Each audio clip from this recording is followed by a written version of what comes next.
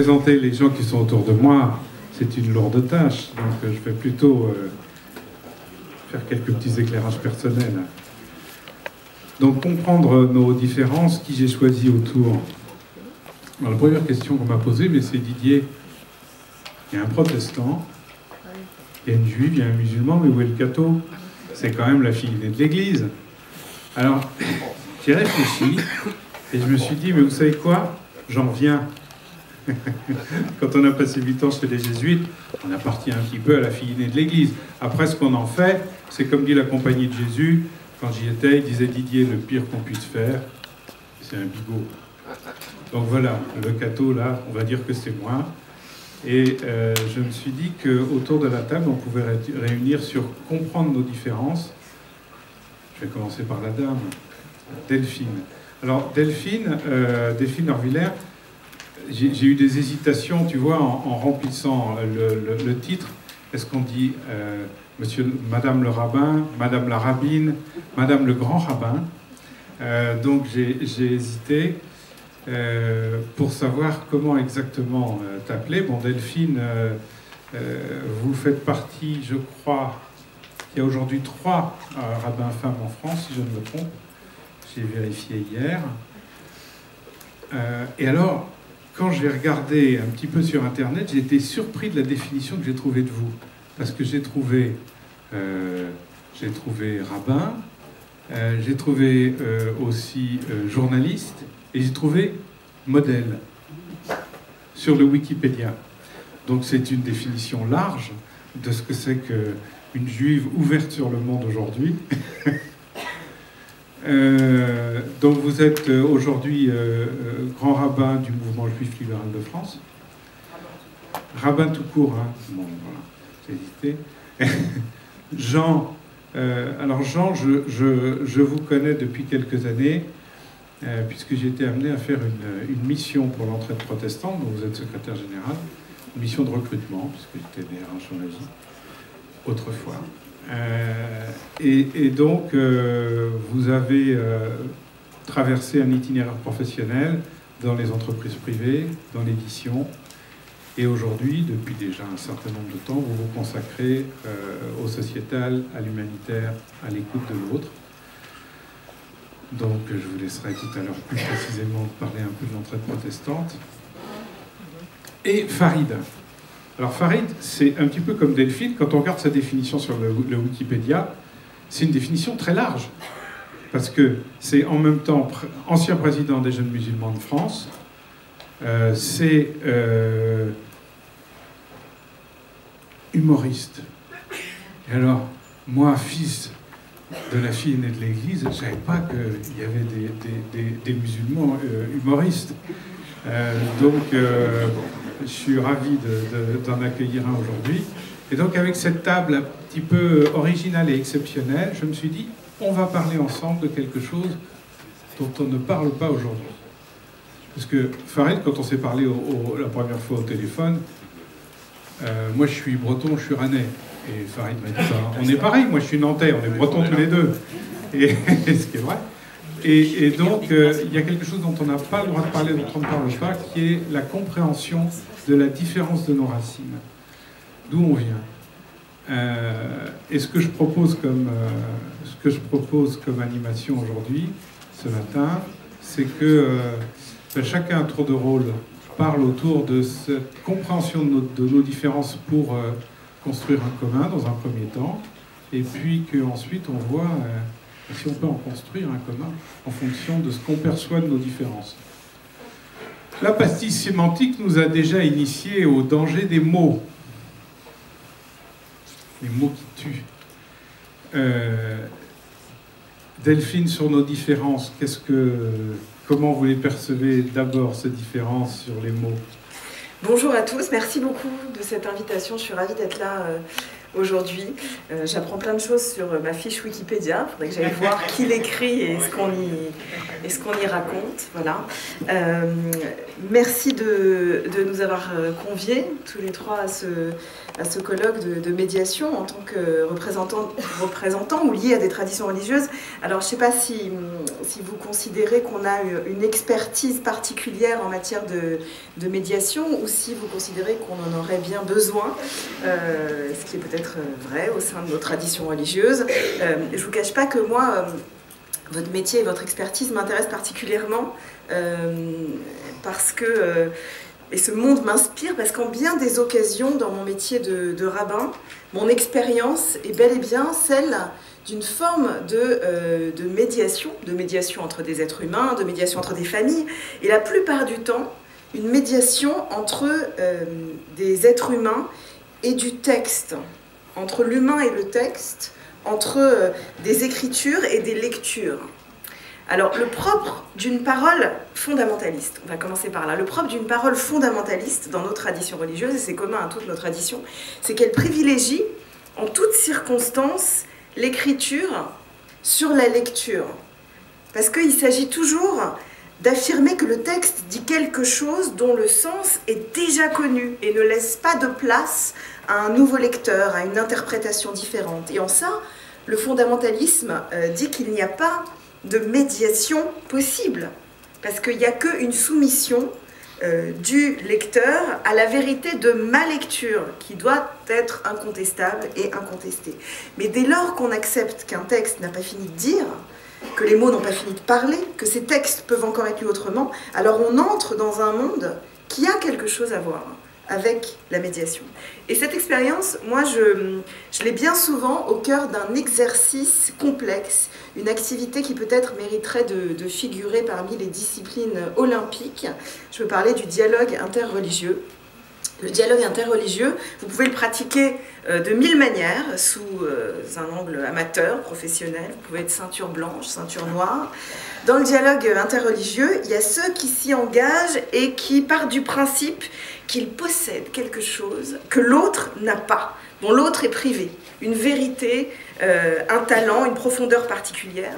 Et puis il y a ceux, et ça revient presque au même, ceux qui jouent à faire croire à l'autre que ce qu'il a était déjà présent dans votre tradition et en fait me constitue une sorte de vague emprunt à quelque chose qui en fait au départ nous appartenait. Alors typiquement c'est ça une des dérives du dialogue interreligieux, c'est quand l'autre te dit « Ah oui mais ce que tu dis c'était déjà dans mes textes ». Par exemple quand un chrétien dit « Ah oui mais ce que tu dis c'est déjà dans les évangiles ». Ou quand un juif dit « Ah oui tout ça c'est déjà dans le Talmud ».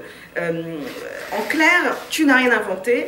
Rien de chez toi ne t'est vraiment propre. C'est un type de dialogue où tu dis à l'autre, au choix, j'ai tout à t'apprendre, ou bien tu n'as rien à m'apprendre, et ça ne va pas bien loin, vous en conviendrez. Là où les choses deviennent intéressantes dans le dialogue interreligieux, c'est quand on fait l'expérience de ce que j'appelle le lost in translation. Vous savez, cette expression américaine de la traduction impossible, la reconnaissance qu'il y a dans la parole de l'autre quelque chose qui reste de l'ordre de l'intraduisible dans mon langage. La reconnaissance que l'autre emploie des mots qui parfois, dans ma langue, sont employés, mais pas du tout de la même manière. C'est un peu la problématique dont on parlait dans la pastille. Il n'y a pas de synonyme. Et particulièrement dans le dialogue interreligieux, il n'y a pas de synonyme. Et par exemple, souvent, il m'arrive bien souvent dans ce dialogue, par exemple, lorsqu'un chrétien utilise le mot foi, je ne suis pas bien sûre de comprendre de quoi il veut parler. Lorsque j'utilise, moi, en tant que juive, le mot de commandement, en général, les gens me regardent en n'étant pas bien sûr de comprendre ce que je veux dire. Quand un musulman utilise le mot de soumission, personne ne comprend vraiment ce à quoi il fait référence. L'exercice intéressant commence quand je tente de traduire dans mon monde toutes les implications qu'a ce mot dans le sien. Et c'est comme un exercice de traduction permanent, mais de traduction impossible, qui a beaucoup à voir, je crois, avec votre occupation. La deuxième idée sur laquelle j'aimerais vous dire un mot sur cette thématique qui nous réunit, c'est la notion de désaccord, la gestion du désaccord qui est sans doute au cœur de votre quotidien. Il se trouve que j'évolue dans une tradition où le désaccord est central. Si vous ouvrez un livre de Talmud, je ne sais pas si certains parmi vous l'ont déjà fait, qui est un livre sacré, un ensemble de livres sacrés dans la tradition rabbinique, eh bien, vous verrez que l'ensemble de cette littérature talmudique peut se résumer presque en une phrase: les rabbins ne sont pas d'accord. Et en fait, dans le Talmud, ils passent leur temps à ne pas être d'accord. Et les pages du livre sont des débats qui à aucun moment n'atteignent un consensus. Pourquoi? Parce que d'une certaine manière, ils croient que le consensus n'est pas une victoire ou une élévation, mais une forme d'appauvrissement de la rencontre avec l'autre. D'ailleurs, en français, si vous écoutez bien, on dit « tomber d'accord », boum, comme si, en réalité, le désaccord ou la divergence constituait le contraire, une élévation. Mais comment, dès lors, dans un désaccord, parvenir à déterminer une loi ou une règle ou une tradition ou une façon d'être, si par principe, personne n'est d'accord avec son voisin ou avec son prochain? Alors il y a un célèbre récit du Talmud que j'aimerais bien vous raconter maintenant, qui tente de résoudre ça de la manière suivante. Dans le Talmud, on raconte qu'il y avait deux écoles de sages qui se battaient continuellement. L'une s'appelait l'école d'Hillel et l'autre l'école de Shammai. Et comme son nom l'indique, ils se chamaillaient. Et l'un des deux disait à l'autre « la loi est de mon côté ». Et l'autre disait « mais pas du tout, la loi est de mon côté ». L'un disait « c'est moi qui ai raison » et l'autre disait « pas du tout, c'est moi qui ai raison ». Et finalement, à un moment donné dans le Talmud, intervient une voix céleste qui dit « les paroles des uns et les paroles des autres sont les paroles du Dieu vivant ». Et là, le Talmud imagine que Dieu en personne intervient dans le débat entre les sages et leur dit « les uns et les autres ont raison ». Traduction, il y a de la vérité dans chacune de vos paroles et aucun de vous deux ne la détient exclusivement. Mais le débat ne s'arrête pas là parce que les sages ne sont pas satisfaits. Chacun d'eux dit « ok, on a raison, mais tout ça, ça nous fait une belle jambe parce que comment on va fixer la loi ? Qui va gagner le droit de décider, de déterminer les règles ?» Et alors la voix céleste poursuit et dit « les deux ont raison, mais la loi va suivre l'avis de la maison d'Hillel. » Mais pourquoi ça, puisque les deux ont raison, demandent les sages. Réponse, les élèves d'Hillel gagnent ce droit parce que contrairement à ceux de Shammai, ils étaient capables de parler avec douceur et surtout de citer les arguments de l'autre école et même de les énoncer avant les leurs. Qu'est-ce que ça signifie? Que la question n'est jamais tant de savoir qui possède la vérité avec un grand V, car elle pourrait bien ne pas être monolithique ou monovocale, plutôt que de comprendre qui est capable de faire de la place à l'autre dans sa démonstration, malgré les divergences et les désaccords. Cette place faite à l'autre et à son langage et à sa vérité, à son point de vue, à ses arguments, comme condition et même comme fondement d'une légitimité de l'opinion de l'autre, voilà, qui peut peut-être guider notre travail, le vôtre et le mien, la question de la place faite à l'autre.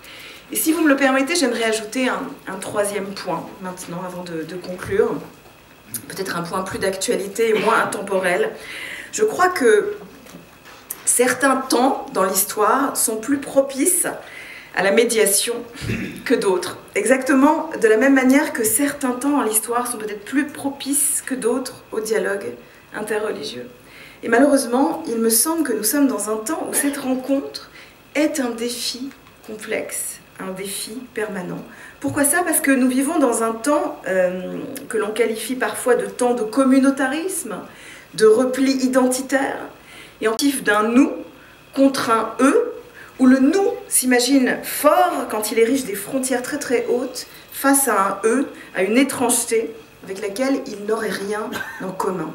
Et c'est tout le problème des débats actuels sur l'identité. Vous savez, l'obsession de l'identité dans le dialogue, mais pas juste religieux, dans la politique, on le voit autant à l'extrême droite qu'à l'extrême gauche, des curseurs politiques, où il s'agit toujours de construire et de développer des narcissismes identitaires, qui en réalité empêchent précisément de faire du commun véritable. Faire du commun, c'est l'intitulé de notre discussion. Le problème du commun, qu'on place à toutes les sauces, c'est vrai dans nos débats de société, c'est qu'on oublie que, par exemple, dans la formule de la République, la formule de la République française, le commun, c'est celui de la nation. C'est le seul nous qui vaille en principe, Mais le communautarisme et le repli communautaire renforcent un autre nous, le nous du clan ou du groupe ethnique, le nous religieux, qui est une déclinaison d'une forme de narcissisme identitaire et qui soudain entre en concurrence avec le nous plus grand que nous, le nous de la nation. Et c'est là où je crois qu'il faut pouvoir tendre l'oreille, à mon sens, dans votre métier comme dans le mien. L'enjeu, c'est de savoir que pour faire du commun, il faut d'abord vivre avec du comme deux, avec du pluralisme, avec de la diversité. Et tant que tu ne sais pas ce que tu dois à l'autre dans la construction de ton monde, tant que tu ne perçois pas à quel point son univers t'a façonné et que tu n'es pas le même parce que tu as eu la chance d'être touché ou transformé par de l'autre, alors tu n'as aucune chance de construire du commun. Et je conclurai sur un mot, puisqu'on a parlé de cette pastille du pouvoir des mots. Moi, mon mot préféré en français, vraiment de loin, c'est le mot altérer. Altérer en français, ça veut dire généralement user ou abîmer. Mais si vous écoutez le mot altérer, il y a dans l'altération de l'altérité. En réalité, ce qui s'altère, c'est ce qui a conscience de ce qu'il doit à de l'autre devenu du même, à de l'autre en soi, à de l'altérité qui constitue ce que je suis devenue. Et la médiation, qu'elle soit religieuse, ou légale, ou politique, familiale, a toujours, je crois, à voir avec ça, avec la bénédiction d'avoir été altérée. Une conscience du chemin parcouru qui permet de se dire qu'on n'a pas fini de changer. Merci à vous.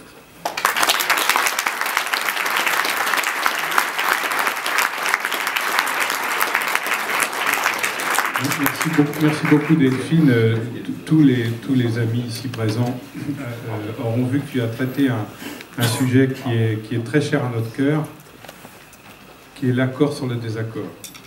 On sait tous en médiation que c'est un point extrêmement important et merci vraiment d'avoir pointé ça.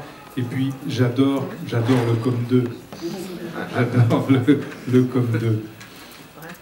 Jean, l'étoile protestante, l'entraide protestante, comment est-ce que vous réagissez à cette compréhension de la différence et cet accord sur le désaccord proposé par Delphine? Bonsoir, bonjour à tous. D'abord, dire un peu, je suis ému de parler aussi parce que je ne veux pas faire une prédication comme Delphine a pu le faire à côté. Je ne suis pas un prédicateur. Et donc, je parlerai plutôt avec mes mots et avec quelques notes que j'ai prises ici. Et je laisserai Didier tout à l'heure peut-être nous interpeller tous les trois sur les mots que j'ai notés, fondamentalisme, voilà, la priorité du savoir, gestion du désaccord, avoir raison, la place faite à l'autre, l'identité, peut-être des questions que nous partagerons tout à l'heure. Je voulais... Alors, c'est difficile de parler en tant que protestant, parce que je ne sais pas très bien ce que ça veut dire.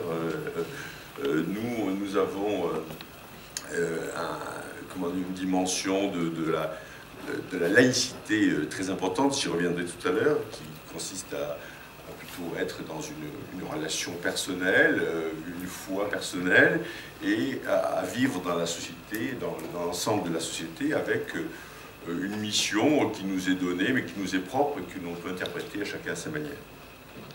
Je dirais que pour la question du travail, de la construction du commun, construire ensemble un commun, moi j'ai l'habitude, alors je parlerai davantage plutôt que nous, hein, de dire moi, parce que je suis empreint d'une culture, d'une tradition, mais je ne vais pas la mettre tout de suite sur le devant pour expliquer qu'est-ce qui se passe, mais vous expliquer comment je travaille à travers cet héritage. J'ai l'habitude, moi en général, quand je suis en relation, quand je suis en travail avec les autres, de rappeler le cadre. Il me semble important de dire que la laïcité, comme je disais tout à l'heure, c'est l'expression libre des opinions et des tendances. je cite volontiers le pasteur Rambaud Saint-Étienne, qui était un député de l'Assemblée nationale au moment de la Révolution française, hein, qui a fait écrire l'article 8, hein, que je cite, c'est « Nul ne peut être inquiété pour ses opinions, même religieuses ». Ça, c'est fondamental de la Déclaration universelle des droits de l'homme. Et donc, cette question de la laïcité, c'est vraiment, je dis que nous avons le droit, nous avons même le devoir d'exprimer toutes nos différences, parce qu'elle est inscrite dans un cadre extrêmement légal, extrêmement carré, qui façonne la dimension démocratique de notre société et politique, hein, puisque la cité, c'est bien ça, c'est-à-dire l'expression de toute la diversité, de toutes les tendances, toutes les diversités de la société. Nous sommes également, dans la dimension du cadre, il y a l'ordre public, hein, il y a une loi extrêmement précise qui encadre la question de faire tâche ou de perturber l'ordre public. Et donc, je cite cette Déclaration universelle des droits de l'homme, la Déclaration, la Constitution, le préambule de la Constitution, la liberté de conscience, la liberté d'être et de dire. Et donc, je dis souvent à mon interlocuteur, vous êtes en sécurité. C'est-à-dire, le prosélytisme dont je peux être accablé en tant que protestant ou en tant que religieux ne va pas vous accabler, ne va pas vous perturber, ne va pas vous transformer demain en protestant. D'ailleurs, vous êtes libre, je le suis, donc je ne vais pas vous convertir en quelque sorte. Donc soyez en sécurité, soyez tranquille. Ça, c'est la première expression du cadre. Donc pas de conversion, pas de prosélytisme. Ensuite, j'essaie de m'appliquer, de dire d'où je viens et d'où je parle, pour essayer, pour donner à l'autre un repère, hein, sur ma place et sur. Alors, je peux parler pendant des siècles avec plaisir. Les protestants souvent parlent de l'histoire, avec souvent ce gargarisme sur les fameuses guerres de religion, où ils ont souffert, où ils ont... je suis même héritier d'une tradition huguenote, alors qui est celle des Cévenols, hein, je suis des Cévenols moi-même, et où il y a des communautés en Cévennes, où les gens continuent de raconter ce qui s'est passé il y a quand même quelques centaines d'années, donc on est loin de tout ça, mais bon, il y a des gens qui en font leur socle. Moi, j'ai envie de dépasser bien sûr tout ça, et donc si certains veulent en parler, je peux abonder un tout petit peu, mais pas beaucoup quand même. Hein. L'histoire des guerres, hein, en tout cas, je dis d'où je viens. Nous avons connu un certain nombre de troubles, c'est passé, ça nous a façonnés, et donc je n'ai pas peur. C'est aussi cette question de dire, on a traversé, on est héritier de quelque chose, on a appris de tout ça, et dire d'où je viens, c'est de dire, voilà, je suis tranquille pour parler avec vous qui êtes mon dissemblable, quelqu'un qui n'est pas comme moi. Et je continuerai par dire qui je suis. Alors, comme anecdote, je rappelle, j'ai été questionné il y a quelques années, il y a 4 ans, par une institution protestante qui faisait des petites vidéos, des pastilles vidéo pour demander à des protestants de dire qui ils sont en tant que protestants. Alors moi j'étais un peu troublé parce qu'en général, nous les protestants, on a plutôt tendance à se cacher. Vous savez, c'est l'héritier des guerres de religion, c'est-à-dire surtout ne pas dire qui on est parce qu'on ne va pas trop se montrer. Mais bon, dans cette modernité aujourd'hui, on nous appelait à devenir qui nous sommes en tant que protestants. Alors, j'ai beaucoup réfléchi, puis j'ai accepté de cette petite pastille vidéo qui a été postée sur YouTube et qui a déclenché un nombre incalculable de mails, de téléphones vers moi en disant « mais comment tu oses exprimer, dire tu es protestant, moi Jean Fontanieu protestant ».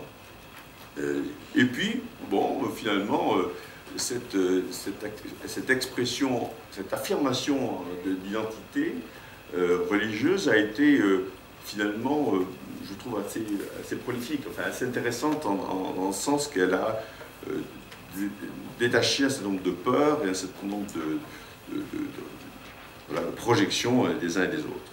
Donc, affirmer ce que je suis et ce que je crois me semble intéressant pour donner à l'autre quelques repères, hein, pour dire comment nous concevons la place sociale, comment nous concevons les autres, comment nous essayons de vivre déjà dans notre communauté, mais avec le reste du monde. Et la Fédération orientale protestante, je ne vais pas en parler beaucoup aujourd'hui, mais c'est une association laïque qui regroupe 400 à peu près fondations et associations qui travaillent pour les exclus et pour les plus petits. Donc vous connaissez certainement la Rue du Salut, par exemple, la CIMAD, voilà, un certain nombre d'associations comme ça qui travaillent pour les gens en fragilité. Et donc, en disant qu'on est protestant, on affirme notre action dans le social, et dans la cité, voilà, qui est une forme, enfin, voilà, assumée, tranquille, et qui permet à l'autre je vais y venir au dernier point, de rentrer dans la danse de la relation et du partage de ces mots-là dont on a parlé tout à l'heure. Et pour dire d'où je viens et quelles sont nos valeurs, c'est un mot que je n'utilise pas beaucoup, mais en tout cas, qu'est-ce qui nous constitue? Alors là, je décline les questions de justice, hein, de goût pour la justice, les goûts pour s'occuper des plus petits, des plus faibles. Ça, c'est des mots non ambigus, hein, c'est-à-dire qu'ils disent, voilà, encore une fois, je ne fais pas du prosélytisme, je dis, voilà ce à quoi je crois. Moi, j'aime bien m'occuper des petits et des plus faibles et des exclus. J'aime bien m'occuper de la dignité de l'homme. J'aime bien parler de l'autonomie. Porté par ma construction, en tout cas, je l'affirme et je le dis. Et puis, j'essaie de dire aussi, je travaille pour une forme de cohésion sociale, c'est-à-dire celle du vivre ensemble, celle du bien commun. J'aime travailler à la question de vivre ensemble. J'adore vivre ensemble, je ne vis pas tout seul et j'aime vivre avec les autres. Et surtout, plus ils sont différents, plus ça m'intéresse. C'est vraiment ma conviction personnelle. Je ne parle pas de la conviction des protestants, c'est ma conviction personnelle. Et il me semble que d'affirmer ceci en tant que personne me semble important, plutôt que d'appliquer une forme d'étiquette déjà qui va emporter un certain nombre d'affirmations ou de vues. Et donc, par la suite, et pour déboucher sur la question du comprendre, de construire en commun, un élément important que je porte, c'est celui de privilégier et de construire le dialogue. On en a parlé tout à l'heure, mais vraiment le dialogue pour moi commence par écouter. Alors, puisque j'ai déjà affirmé d'où je viens, puisque j'ai rappelé le cadre, je peux, me semble-t-il, évacuer la peur déjà, qui est un premier élément de non-écoute. C'est-à-dire que si j'ai moins peur, je pourrais davantage être à l'écoute de ce que l'autre a à me dire, et ce qu'il va me donner, et ce que je vais essayer de capter ou d'aspirer pour grandir et pour avancer. Et donc ce dialogue un penseur américain appelle la valse des émotions, et j'aime bien cette idée qui est que il va y avoir une espèce de balancement des propos qui, quand il est évacué des questions de peur, permet d'être en émotion.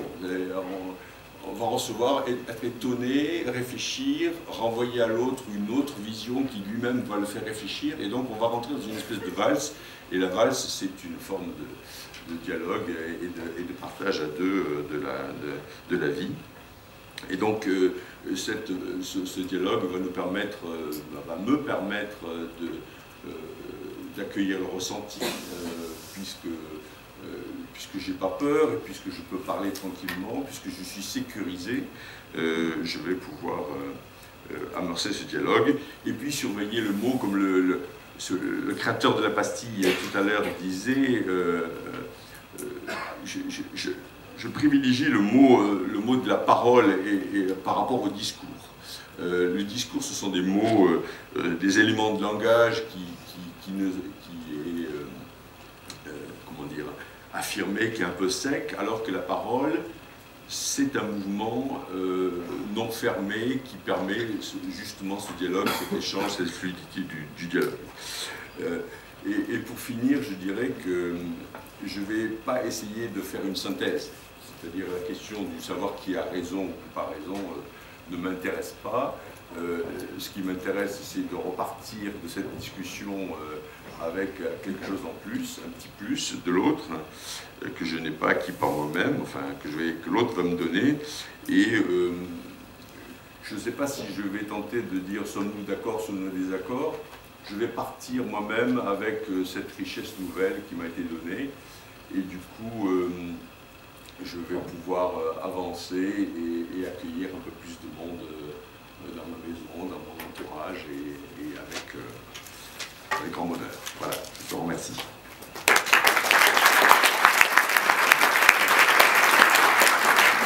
Alors, ce qui me frappe dans ce que vous avez dit tous les deux, Delphine, vous avez parlé du seul commun qui est la nation. Et vous, Jean, vous avez rappelé la place des protestants dans la Révolution française, dans la construction de la République. Vous avez cité la Déclaration des droits de l'homme. Et vous avez aussi abordé quelque chose qui est très cher à nous, médiateurs. Vous avez parlé de mettre l'autre en confort, lever la peur et fixer un cadre, qui est pour nous, médiateurs, le début de la possibilité d'une parole qui s'ouvre. Donc, il y a effectivement beaucoup de choses en commun. Et puis, vous avez bien défini que vous ne vous sentiez pas de parler en tant que protestant à proprement parler, mais expliquer la personne que vous étiez, ce qui vous avait composé. Et puis j'ai noté l'attention au plus faible, qui est un marqueur du protestantisme français, peut-être d'autres protestantismes, mais qui est une attention à l'autre et au plus déshérité, qui est très très marquée dans le travail des communautés protestantes en France. Donc Farid, vous allez être la dernière parole de ce premier échange. Alors Farid, Farid, c'est un homme occupé, puisque quand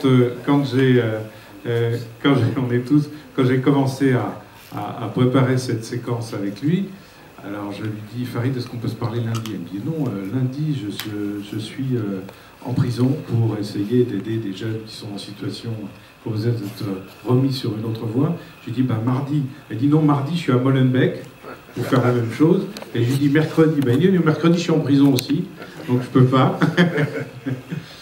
Donc, Farid, vous êtes écrivain, vous êtes humoriste, et vous avez accompli ce qui nous intéresse, nous médiateurs, vous vous êtes mis en chemin. Et je pense que ce serait intéressant pour nous tous que peut-être vous nous parliez de ce chemin que vous avez accompli, et puis du cri et de l'humour que vous portez en même temps. Bonjour. Alors, merci de me donner la parole. Reste à définir maintenant qui est en train de parler. Ça me semble important que vous le sachiez, puisqu'il est question de comprendre nos différences. Et en discutant avec Didier au téléphone, c'est vrai que moi je lui ai dit que je considérais qu'on n'avait pas beaucoup de différences. Lui pense qu'il y en a beaucoup.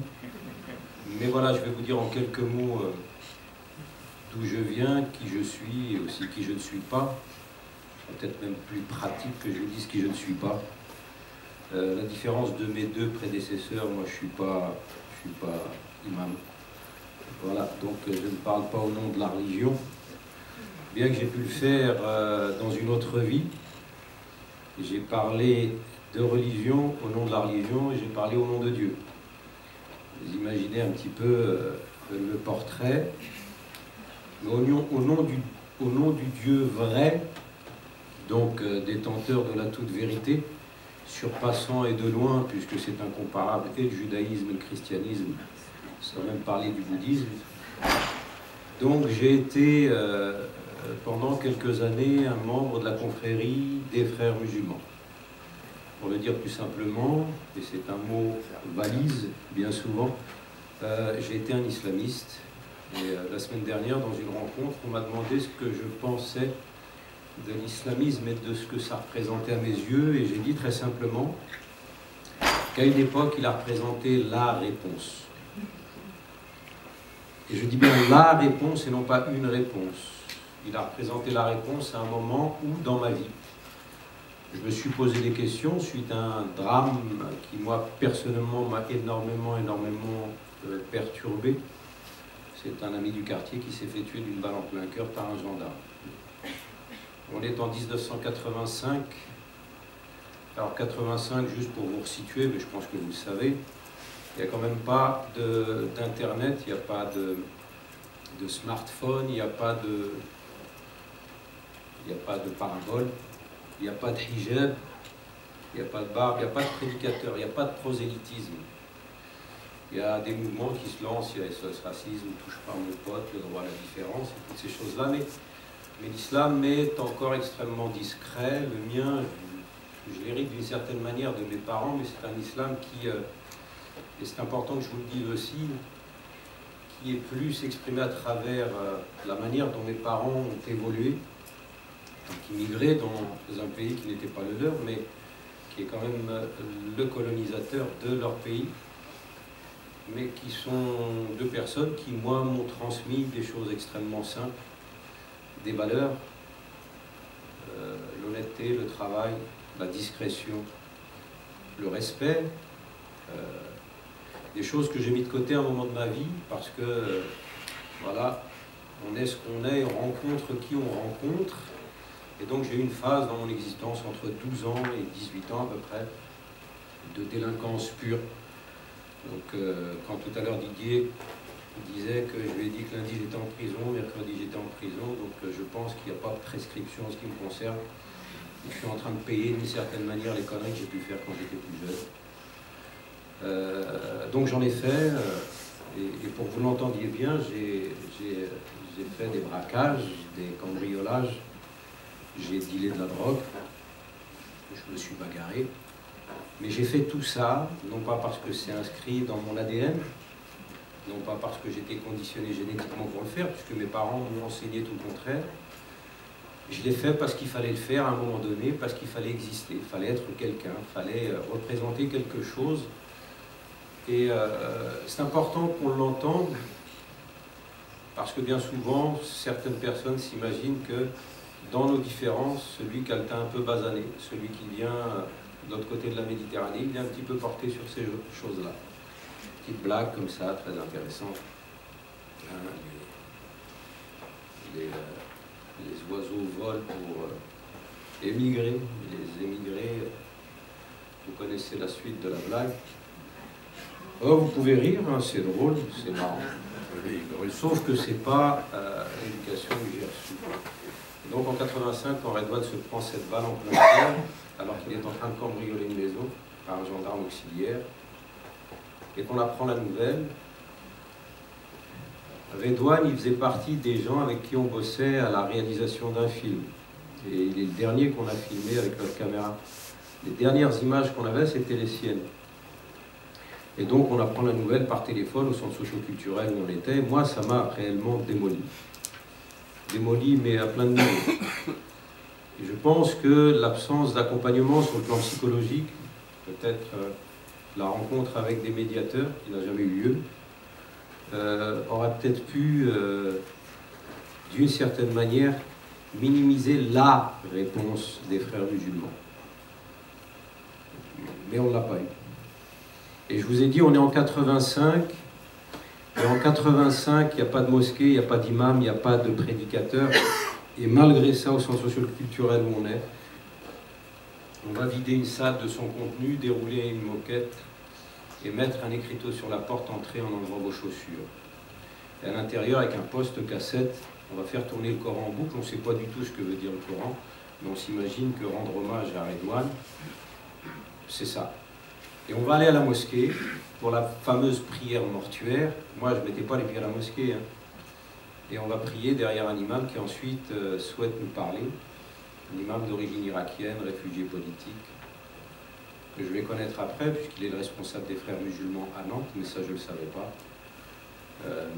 il va nous dire très simplement que ce qui est arrivé à Redouane et que ce qui nous arrive, excuse-moi Delphine, c'est de la faute des Juifs. Voilà. Donc, on va comme ça avoir une première rencontre, j'appelle ça moi être culbuté, une espèce de carambolage avec l'islam incarné par un frère musulman.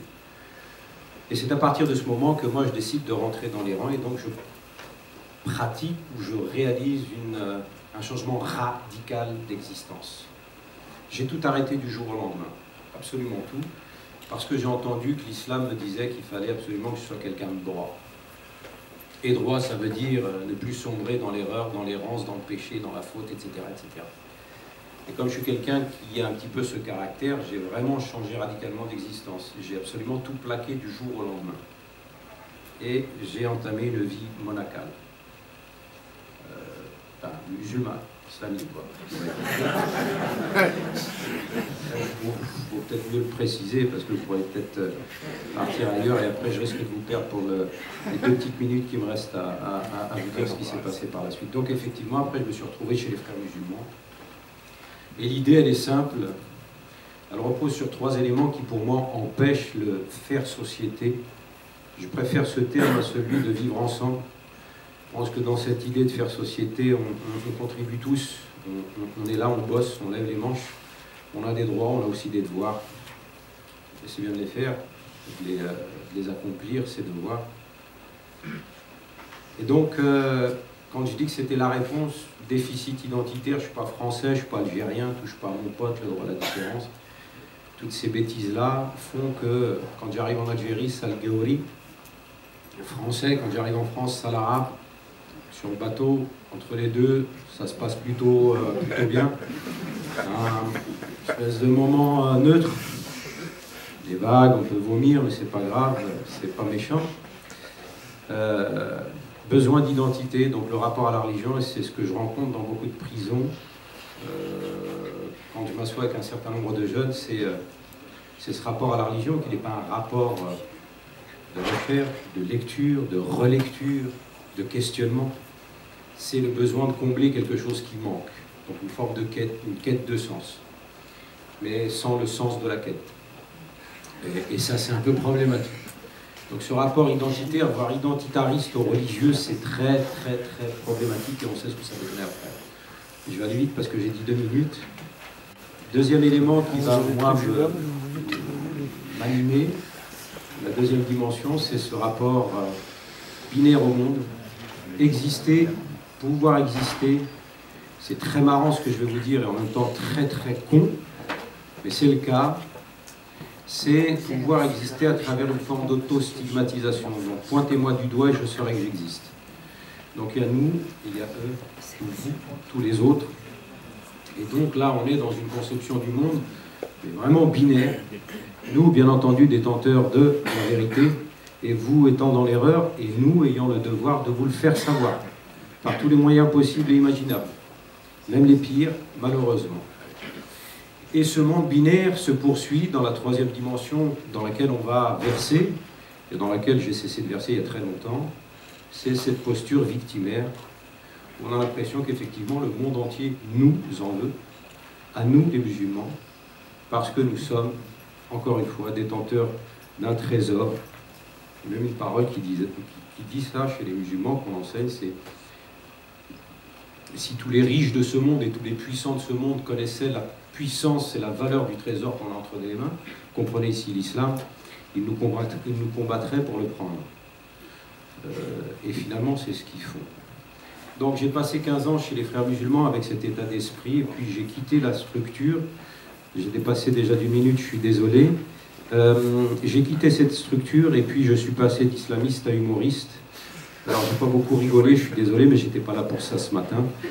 Didier m'a pas demandé de vous jouer mon spectacle, mais juste pour vous dire que cette démarche qui consiste pour moi à passer par le biais du théâtre et notamment de l'humour, c'est une manière de prendre du recul par rapport à tout ça, parce que j'ai l'impression que les croyants, les fidèles des différentes religions ont pris le moyen pour le but, s'imaginent effectivement détenir la vérité, manquent énormément d'humilité, ont beaucoup de mal à rire sur eux-mêmes, et là je vais surtout parler des musulmans, Et mon idée à moi, c'est de faire ça, c'est de pouvoir instaurer un climat, une ambiance, une atmosphère dans laquelle on va détendre les zygomatiques. Et puis après, on va se dire, bon, maintenant qu'on a bien rigolé, on va pouvoir parler calmement, peinard, sans s'énerver, des sujets qui peuvent fâcher. Ce que vous venez de nous dire, Farid, c'est aussi quelque chose qui nous va droit au cœur, parce que vous avez parlé d'un truc qu'on aime bien, qui s'appelle le déplacement de l'objet. Hein, voilà, le biais de l'humour, pour aussi mettre en confiance, mettre en confort l'autre. Bon, ça fait du bien, ce que vous avez dit. Alors c'est quand, c'est où la tournée d'ailleurs? Parce que bon, ils vont aller au spectacle. Hein. C'est où la prochaine? Je vous enverrai les infos en temps et en heure. Moi j'ajoute, parce que c'est extraordinaire ce qu'il fait Farid. Enfin, moi je suis fan absolue, il le sait, j'en parle toujours, mais vraiment je vous conseille d'aller voir sur internet ce qu'il fait, des pastilles justement, notamment de réflexion sur comment lire les mots autrement, faire comprendre que ce qu'on croyait être vrai n'est pas vrai, mais c'est fait avec tellement de finesse. Voilà, je trouve que c'est la force de l'humour d'offrir finalement subtilement une capacité de se relever à tout le monde, une résilience qui n'est possible que dans le rire. Parce que le rire vient casser tout à coup et créer un espace qui permet de se relever. Donc voilà, je suis une grande fan de ce que tu fais. Merci Delphine. Alors, je vais demander à chacun un mot de conclusion sur cet accord sur le désaccord, ce déplacement de l'objet. Bon, Farid a déjà répondu, c'est l'humour. Hein. Jean, Delphine.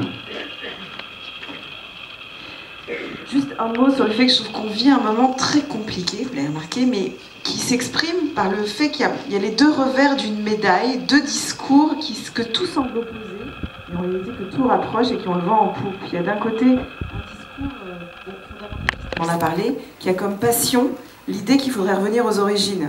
Ils nous disent, toutes ces religions, dans leur version fondamentaliste, disent c'était mieux avant. C'était vachement mieux à l'époque du prophète, à l'époque où il y avait un temple à Jérusalem, à l'époque où les familles étaient comme avant, à l'époque où un âge d'or, tout à coup complètement fantasmé. Et ils nous promettent un avenir qui serait qu'un retour au passé.